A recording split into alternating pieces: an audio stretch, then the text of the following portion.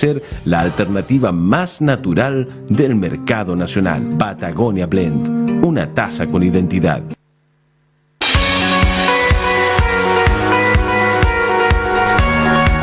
9:38.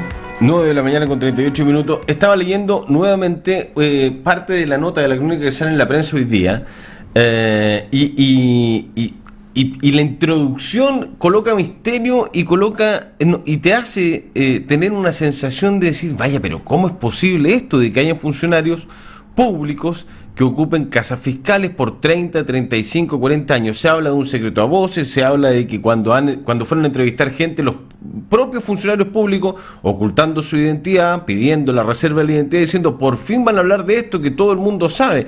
Y es verdad, uno le han llegado un montón de comentarios respecto de que, mira, esa casa es fiscal, ya vive una familia hace 25 o 30 años, y además están construyendo una casa, entonces cuando la terminen de construir van a dejar de ocupar la casa fiscal y se van a ir a su casa propia. ¿Pasa eso o no pasa eso? ¿Cómo está Seremi de Bienes Nacionales, Francisca Rojas? Un gusto saludarla partiendo la semana. ¿Cómo anda? Hola Mauro, ¿cómo estás? Siempre un gusto el contacto con Radio Polar. Muchas gracias por llamarme. Igualmente, gracias por recibir nuestra llamada. ¿Pasa esto realmente? ¿Con qué se encontró usted? ¿Cuál es la información que manejan? ¿Es verdad que hay funcionarios públicos en nuestra ciudad, en nuestra región, que ocupan o han ocupado casas fiscales durante 30 años o más?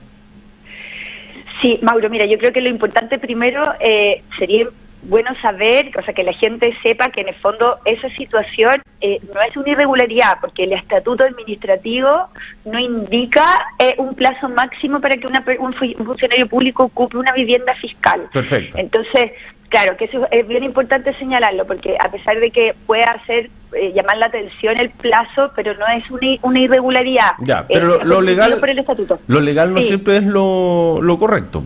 No, toda la razón. No, de todas maneras. Sí, yo creo que siempre es bueno estos temas, además que se vayan conversando para ir evaluando en qué situación se encuentra. Ahora, lo que tú comentabas, mira, nosotros tenemos acá en la región 4.500 funcionarios públicos y tenemos una cantidad de inmuebles fiscales de alrededor de 400 casas, viviendas fiscales.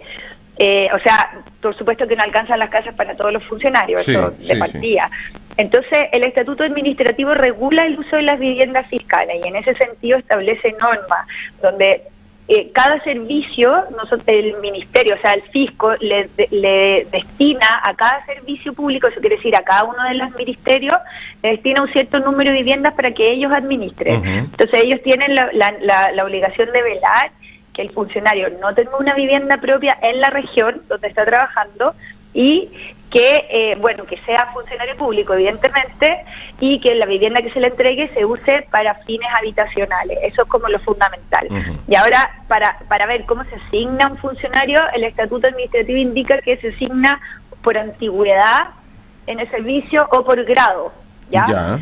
Y de acuerdo a eso, entonces cada servicio va asignando sus viviendas. Y como el estatuto no indica un plazo máximo, entonces no existiría una como ilegalidad, como conversábamos antes, respecto sí. a la cantidad de años de uso.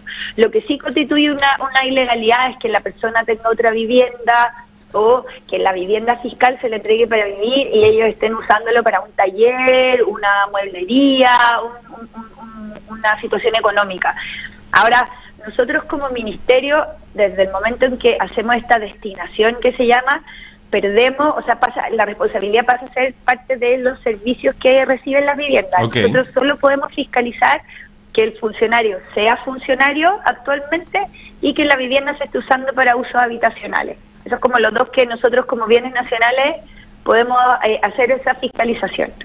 Y existe otro grupo de viviendas, Mauro, también, que fueron construidas con el fondo regional y esas viviendas hoy día son propiedad del gobierno regional. Ellos las administran, son alrededor de 55 y esas viviendas no se rigen por este estatuto, sino que el gobierno regional podría eventualmente trabajar en un manual o en un reglamento para poder a lo mejor acotar los plazos, pero eso depende de ellos. Ya. Eso es como la imagen a la fecha. Ya, ok, pero hay gente que ha ocupado casas fiscales durante más de 30 años. ¿Ustedes tienen esa información? Porque sí, es bastante raro, en forma interna también, ¿por qué se privilegia a un funcionario por sobre otro? Pues yo imagino que hay servicios públicos donde hay un funcionario que no tiene, que arrienda o que está postulando y todo, pero mira para el lado y su compañero de escritorio o el que está en la oficina adyacente está en una casa fiscal hace 25 años. Bueno, ¿y por qué no se han repartido esta casa? 5 años cada funcionario. O sea, podría ser mucho más justo esta repartija de casas fiscales, que me parece igual súper extraño y súper raro. Y la gente que está arrendando y que está pagando barbaridad de lucas mensualmente, escucha esto y dice, no lo puedo creer, ¿cómo van a haber 400 casas fiscales para que lo ocupen los funcionarios públicos y que pagan, ¿cuánto? ¿El 10% de su sueldo? Sí. Sí, aprox. Yo creo que es muy importante lo que tú señalas, Mauro, porque finalmente lo hemos conversado también a nivel de la división jurídica de nuestro ministerio. Lo que tú indicas es fundamental porque de alguna manera para los otros funcionarios esto podría verse como una especie de discriminación, como sí. Tú lo mismo lo señalas. Porque yo, que trabajo lo mismo, estoy en las mismas condiciones, porque yo no tengo ese beneficio? No me cabe duda que eso también genera un ruido enorme. Mira, yo creo que siempre lo importante es pensar cómo surge esto, y la verdad que, bueno, ahí también en el artículo de la prensa se señala, en el fondo esto nace en los años 70, 80, cuando era importante traer a lo mejor ciertos profesionales que no existían en la región y que una manera de ayudar o de bonificar era prestarles una casa fiscal, pero eso era por un tema de paso. Venía el profesional, se quedaba, no sé, 2, 3 años, 5 a lo más, y luego se volvía a su región de origen, y entonces estas casas fiscales ayudaban mucho, como por ejemplo podría ser una situación que pasa hoy día en lugares alejados, como a lo mejor la Fuerza Armada ocurre con sus funcionarios que están haciendo patria en distintos lugares, como un ejemplo de eso. Y eso tenía mucho sentido. Lo que pasa es que a lo mejor hoy día puede haber una situación distinta, porque ya no se justifica esa situación, porque hoy día tenemos los profesionales acá, la mayoría de la gente ya lleva viviendo, como dices tú, 30 años, quiere decir que la persona ya se instaló en esta región. Sí.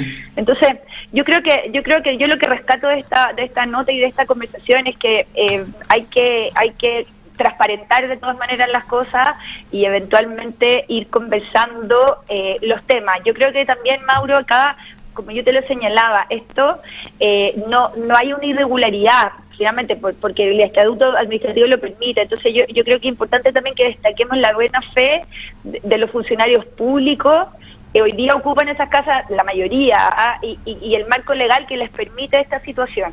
Entonces, yo creo que el diálogo tiene que ir por ese lado igual, Mauro, por cómo generamos un marco legal nuevo o que regule de ahora en adelante. Yo creo que eso es la importancia de esta conversación, creo yo. Ya, ¿y se va a hacer una revisión de lo que ya está o no se puede hacer una revisión? Lo que pasa es que ese estatuto administrativo no depende en particular de nuestro ministerio. Yo creo que esta es una conversación que tenemos que tener como bien sectorial. O sea, yo creo que aquí tenemos varios actores que tenemos que sumarnos y definir, y bueno, por supuesto que esto pasa a ser parte como del poder legislativo. Entonces, yo creo que hay que sumar varias voluntades para que este cambio ocurra. Creo que este es como un paso de hacer ver un punto de cómo está la foto el día de hoy.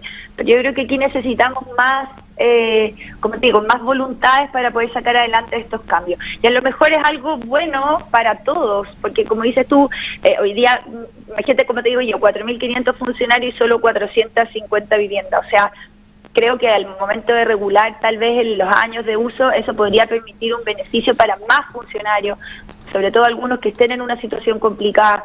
Entonces, yo creo que es importante el que conversemos más actores en torno a este tema. Ya, pero sí podrían, de forma sectorial, como bien dice usted, Seremi, por ejemplo, yo no sé, creo que Serviu, Obras Públicas, Desarrollo Social son las que más ocupación tiene, o no necesariamente, eso por un lado. Y dos, si se va a ver de forma sectorial, sí pueden los secretarios o secretarias ministeriales evaluar el uso de estas casas fiscales que están a cargo de dicha secretaría, ¿no?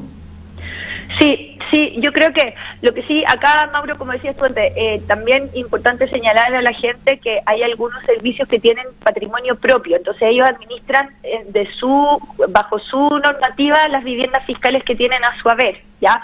Nosotros, que podría ser el caso de CONAF, Serviu u otros, nosotros la figura que hemos conversado es respecto a los servicios que no tienen patrimonio fiscal y que en el fondo se les destinan a estas viviendas. Eso es una cosa. Ya. Ahora, en lo otro, lo que me decías tú, siempre, o sea, todas las seremías podrían evaluar esta situación, pero recuerda que siempre el uso está regulado y normado por este estatuto administrativo que no depende de la región, sino que es una normativa legal para todo el país. Entonces, en la modificación sería a nivel nacional, no solamente regional. ¿Te fijas? Entonces, por eso que yo te digo que es importante que al ir conversándolo sumemos voluntades y que hay que hacer una modificación porque va a ser a nivel legislativo eso. Sí, y lo otro que queda ahí, tengo mucha gente comentando, mucha gente comentando en WhatsApp y en redes sociales, en el streaming de Facebook, pero lo otro que queda ahí es que uno le llama la atención de que los servicios, teniendo, por ejemplo, habiendo propiedades fiscales, de que las secretarías ministeriales arriendan casas, arriendan edificios para poder funcionar y se gastan una millonada de plata anualmente, distintas secretarías. Y yo decía otra cosa que se lo quiero plantear para que no digan que yo cuando estoy solo hablo, pero cuando estoy con el entrevistado no digo nada, pero se lo planteo igual. Claro, no, yo trato, usted lo sabe, yo trato de decir todo, pero mire, y pasa esto, ¿no? Si sale un gobierno de color amarillo, por decir cualquier color, ¿no? Si sale un gobierno de color amarillo, viene una familia que piensa de color amarillo y tiene una casa y tiene la suerte de que le arriendan esa casa para que funcione ahí una secretaría ministerial. Después termina el gobierno de color amarillo, por ende termina el contrato de arrendamiento a la familia que piensa en color amarillo, llega un gobierno de color morado y otro empresario, familia X, que piensa de color morado, tiene una casa en el centro y finalmente su casa se convierte en una oficina ministerial porque logra arrendarla. Esto también pasa y va de la mano con tanta vivienda fiscal. ¿Por qué no se ocupan esas viviendas fiscales, se modernizan, se arreglan en vez de estar arrendando y que suceda esta ecuación que es bastante perversa? Bueno, yo creo que el punto que tú señalas, Mauro, también es importante dentro de esta conversación y creo que es muy decidor porque nosotros lo hemos visto también. Mira, volvemos un poco al origen. ¿Por qué se crearon estas casas? Claro, eran con fines habitacionales para generar como el movimiento de profesionales que no teníamos. Eso ya lo entendimos.